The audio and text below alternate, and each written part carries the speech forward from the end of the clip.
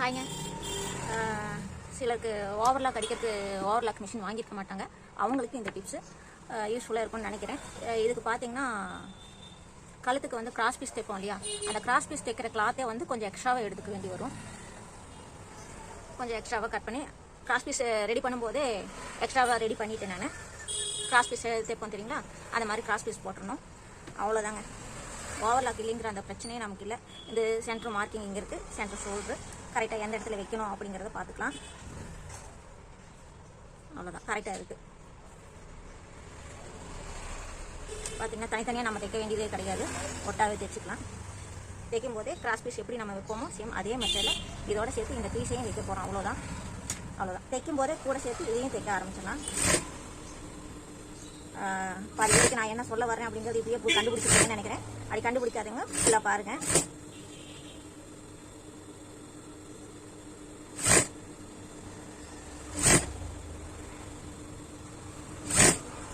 ஒட்டை ஒரே மட்டும் அடிக்க முடியாது, கொஞ்சம் கொஞ்சமாக தான் அடிக்க முடியும்.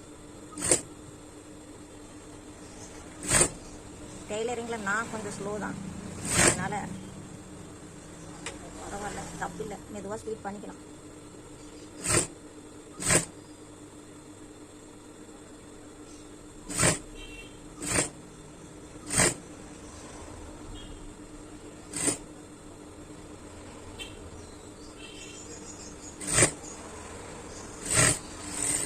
அவ்வளோதான், முடிச்சிட்டோம். கட் பண்ணிக்கலாம். கட் பண்ணிவிட்டு இதுக்கு மேலே வந்து ரெண்டாவது தையல் போடுவோம் இல்லைங்களா, அந்த ரெண்டாவது தையலை அப்படியே இந்த கிளாத்தை திருப்பி வச்சுட்டு ரெண்டாவது தையல் போட போகிறோம்.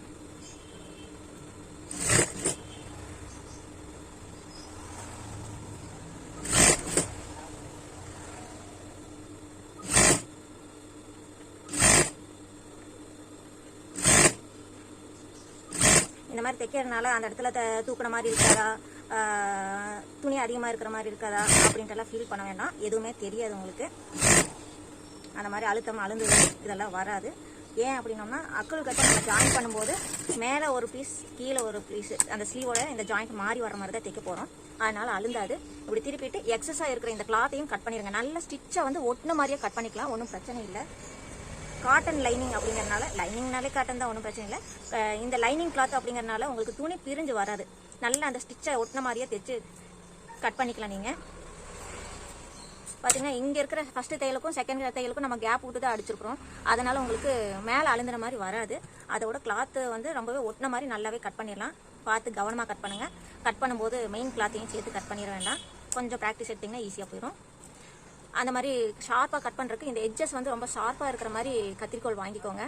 ட்ரிம்மரில் கட் பண்ணுறதுக்கு ட்ரை பண்ண வேண்டாம். சிசர் தான் சேஃப்டியாக இருக்கும். இல்லை ட்ரிம்மரில் கட் பண்ண என்னால் முடியும் அப்படின்னாலும் நீங்கள் தாராளமாக கட் பண்ணிக்கலாம். இந்த ஷார்ப் எட்ஜஸ் இருக்கிற கத்திரிக்கோளில் இவ்வளோ எட்ஜில் வந்து கட் பண்ணுறதுக்கு ரொம்பவே வசதியாக இருக்கும்.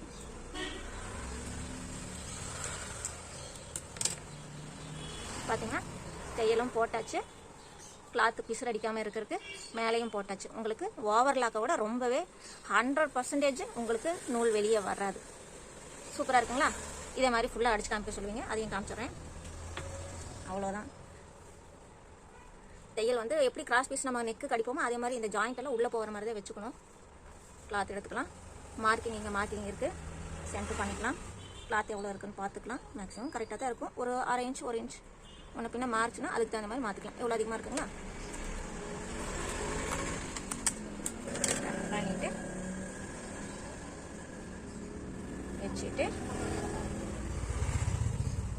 இந்த பீஸையும் மேலேயே வச்சு தையல் போட போகிறோம்.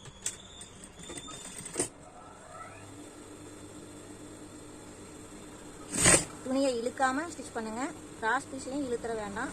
அப்போ போடுற கை கட்ட அப்போ கொஞ்சம் சுருக்கின மாதிரி இருக்கும். முடிஞ்ச வரைக்கும் கிராஸ் பீஸை இழுக்காமல் தைச்சிங்கன்னா போதும். ஜஸ்ட்டு பாடியும் ஸ்லீவும் ஜாயின் பண்ணுறோம், அதோட இந்த மெயின் அந்த கிராஸ் பீஸையும் சேர்த்து ஜாயின் பண்ணுறோம். அவ்வளோதான். பெரிய கஷ்டமே இல்லை. தைக்கிற கையோட ஓவர்லாக் ஒர்க்கும் உங்களுக்கு முடிச்சிடும். தனியாக எந்திரிச்சு போய் ஓவர்லாக் மிதிச்சு ஓவர்லாக் போடுற வேலையே இல்லை. இதுக்கப்புறம் ஓவர்லாக் போடுறதே விட்டுருவீங்க. நீங்கள் ஈஸியாக கையோட முடிச்சிடலாம், எதுக்கு ஓவர்லாக் எந்திரிச்சு போய் போடுறது அப்படின்ட்டு. இந்த டிப்ஸ் உங்களுக்கு ரொம்பவே யூஸ்ஃபுல்லாக இருக்கும்னு நினைக்கிறேன். என்னுடைய கருத்தை தான் நான் பதிவிடுறேன், கோச்சுக்காமல் பாருங்கள். பிடிச்சிருந்தா நீங்களும் ஃபாலோ பண்ணுங்கள், பிடிக்கலையா விட்டுங்க. ஒரு தகவலை தெரிஞ்சுக்கிட்டோம் அப்படிங்கிறதோட முடிஞ்சு போச்சு, அவ்வளோதான். சண்டைக்கு வராதிங்க சரியா.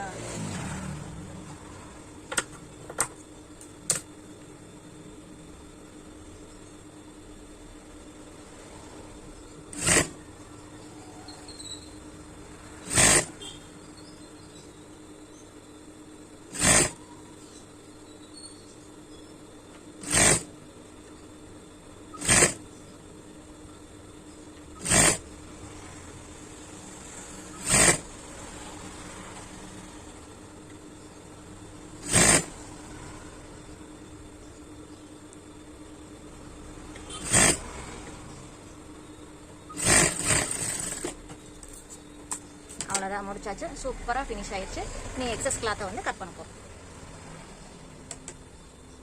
ஆல்ரெடி எஜ்ஜில் தான் இருக்குது, தேவையில்லை. இருந்தாலும் அழுந்தும்ட்டு ஒரு கவலை இருந்தால் இதை கட் பண்ணிக்கலாம். இல்லைன்னா பெருசாக இருக்கிற இடத்துல மட்டும் கட் பண்ணிட்டு வந்தோம்னா போதும்.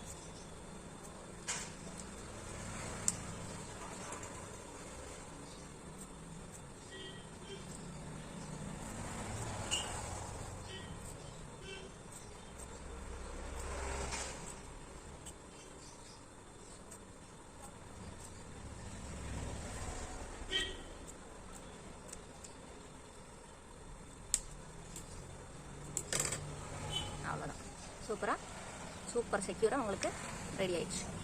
பிசிறே அடிக்காது, வராது, எதுவும் ஆகாது. இனி ஜாயின் பண்ண போகிறோமா?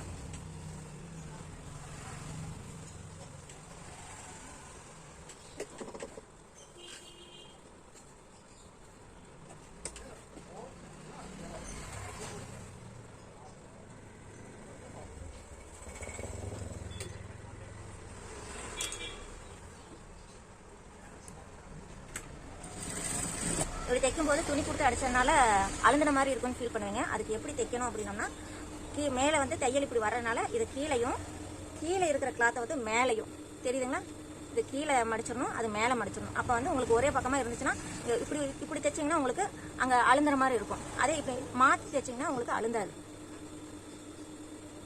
புரியுதுங்களா? புரியலைன்னா இன்னொரு தடவை ரீவைண்ட் போட்டு பாருங்கள். இங்கே மார்க் பண்ணியிருக்கேன், அதனால் அப்படியே தைச்சிட வேண்டாம்.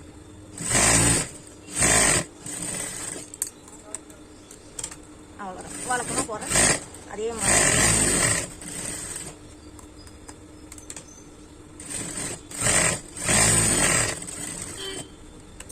ஓவர்லாக் கம்பெனிஸ் இதுக்கப்புறம் உங்களோட மிஷின் சேல்ஸ் குறைஞ்சா அதுக்கு நான் பொறுப்பில்லை.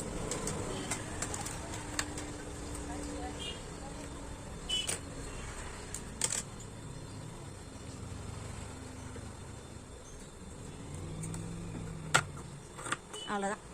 இங்கே வந்து ஸ்டிச் எக்ஸ்ட்ராவாக இருக்கிற கிளாத்தை கட் பண்ணிடலாம்.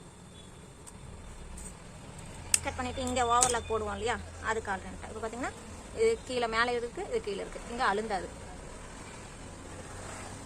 இப்போ இங்கே எப்படி அடிக்க போகிறோம் அப்படின்னா சிங்கிள் ஸ்டிச் தான், அவ்வளோதான். இப்படியே மடித்து அடிக்க போகிறோம்.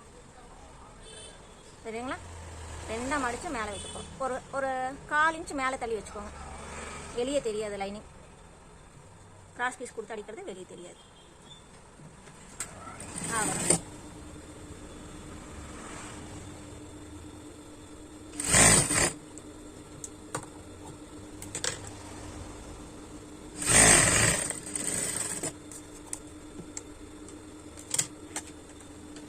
இந்த எக்ஸஸ் கிளாத்தை கட் பண்ணிடலாம்.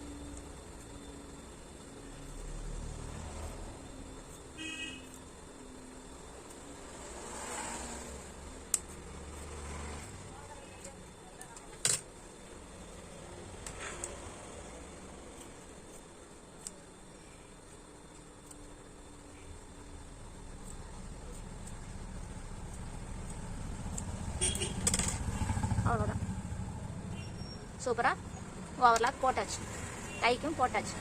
சூப்பராக இருக்குங்களா? நீட்டாக வந்துருச்சுங்களா? அவ்வளோதான்.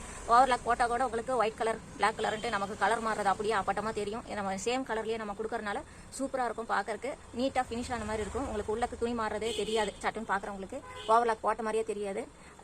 என்னுடைய கருத்து, இது என்னுடைய ஐடியா. உங்களுக்கு பிடிச்சிருந்தா நீங்களும் ஃபாலோ பண்ணுங்கள். ஓகே, தேங்க்யூ, பாய்.